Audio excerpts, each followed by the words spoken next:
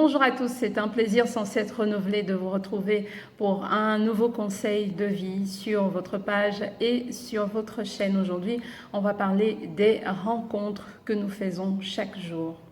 Lorsque la fougère a rencontré le palmier, le destin était donc qu'ils passeraient toute leur vie ensemble. C'est vrai qu'à l'exception de certains cas, on a toujours un palmier accompagné de fougères tout autour. C'était leur destin. Lorsque l'igname ou alors les haricots ont rencontré le tuteur voisin, le destin était qu'ils auraient toujours besoin de ce tuteur-là pour leur croissance. Mais ensuite, bien sûr, lorsque les produits, donc l'igname ou alors les haricots, seraient récoltés, eh bien, la plante n'aurait plus besoin de ce tuteur. Ce tuteur servirait peut-être à une autre plante qui viendrait après. C'était leur destin. Donc, pour dire que toute rencontre qui se passe dans cette vie a un but.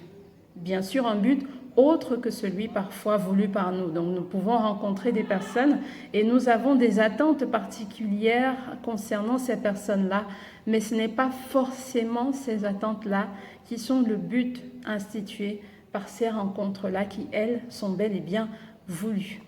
Donc s'il est vrai que tout a déjà été écrit et prévu par le Créateur de toutes choses, alors il est aussi normal de croire qu'il a mis sur notre chemin tout ce qui nous permettra d'arriver au bout de notre mission, les rencontres que nous faisons, les gens que nous croisons, les situations que nous vivons. Il faut croire que tout a été prévu pour que nous arrivions au terme de notre mission. Il a mis la pluie sur le chemin, par exemple, de la verdure pour qu'elle fleurisse et nourrisse. Il t'a mis, par exemple, plusieurs fois sur la route de quelqu'un qui avait besoin d'une parole ou d'un seul geste, en tout cas quelque chose que toi seul pouvais apporter à cette personne-là.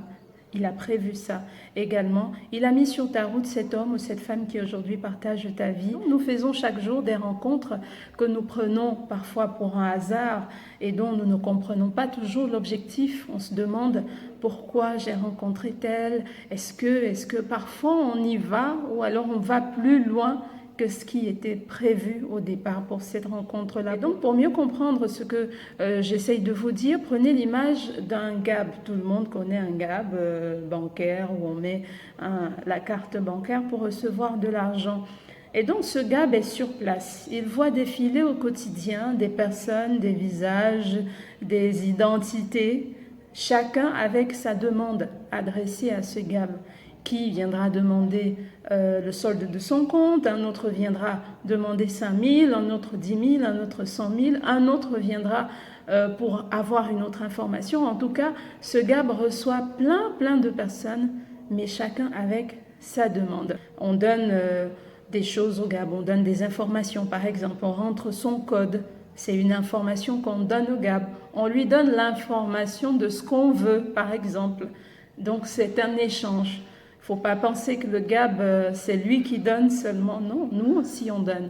Il nous demande des choses et on lui donne. On demande des choses et il nous donne. Et donc dans la vie de ce GAB, il est là pour nous, pour cette mission-là ou ces diverses missions. C'est un peu l'image que j'ai voulu prendre pour illustrer ce que je voulais dire par rapport aux rencontres. La seule différence entre le GAB et nous, c'est que nous, on a un cœur, on a une âme, on a un esprit. Le GAB, comme nous, a des personnes qu'elle rencontre tous les jours. Chacun vient et s'en va, l'autre vient et s'en va. C'est un défilé du donner et du recevoir.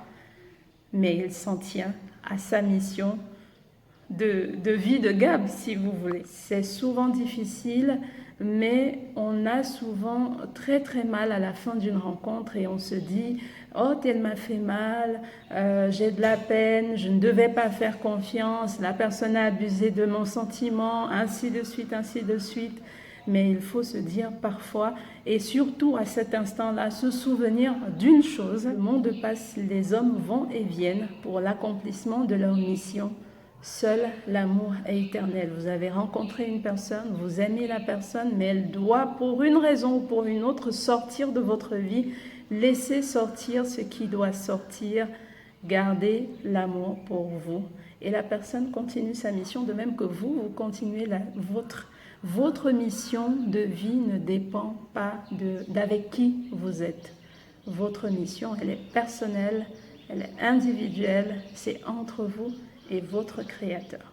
Donc souvenez-vous, le monde passe, les hommes vont et viennent pour l'accomplissement de leur mission. Seul l'amour est éternel. Donc si vous avez aimé cette personne, gardez ces sentiments d'amour et continuez d'aimer même si la personne n'est plus dans votre vie. C'est valable également pour les personnes qui nous sont chères et qui s'en vont de l'autre côté dans la lumière éternelle. Merci à tous de nous avoir suivis encore aujourd'hui. On espère se retrouver très bientôt si Dieu le veut pour un nouveau conseil de vie. Bon après-midi à tous et bon week-end surtout.